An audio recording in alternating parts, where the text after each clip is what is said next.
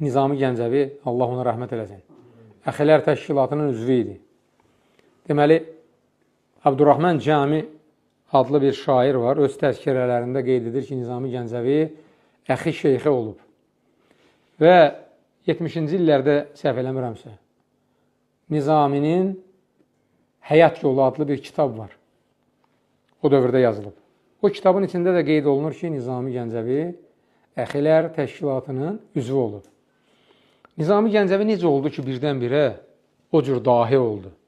Necə oldu ki, Allah Taala ona nəsib elədi, elə gözəl sözlər yazdı, o gözəl sözlərə 850 il bərəkət verdi Allah Taala. O yazdıqlarının içində bərəkətli sözlər var idi deyə Allah Taala bərəkət verdi.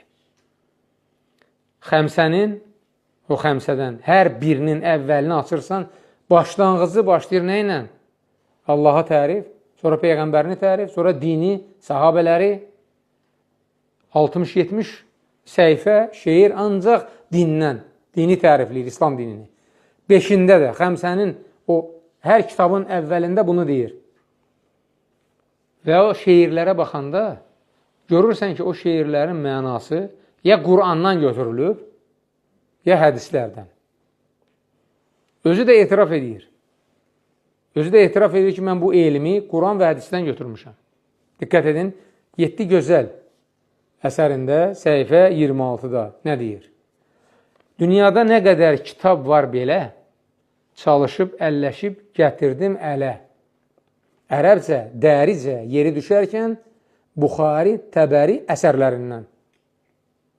Gör, nə oxuyurdu?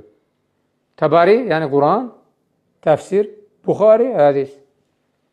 Adam bunları oxuyub, dərk edib, bunların mənasını şeirlə insanlara çatdırıb, Allah onun yazdıqlarına bərəkət verib. Adam dua edirdi ki, Allaha, Allah onun yazdıqlarına bərəkət versin. Ömrünün sonunda şəhadət gətirib, mömin kimi bu dünyadan köçsün. Dua edir, təsəvvür edin. Belə dua siz görməmişsiniz. Şeirlə dua eləmək.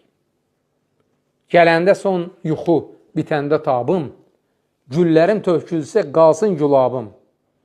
Dilimə sən özün bəxş et şəhadət, işimin sonunda tapım səadət. Duaya bax, yəni canımı alsan da əməlim qalsın, əməlim, yazdıqlarım, insanlar ondan faydalansın. İngiltərədə muzeydə saxlanılsın, Ermitajda və digər yerlərdə. Və son nəfəsimdə mənə la ilahe illallah deməyə nəsib elə ki, cənnətli olun, saadətə qovuşun.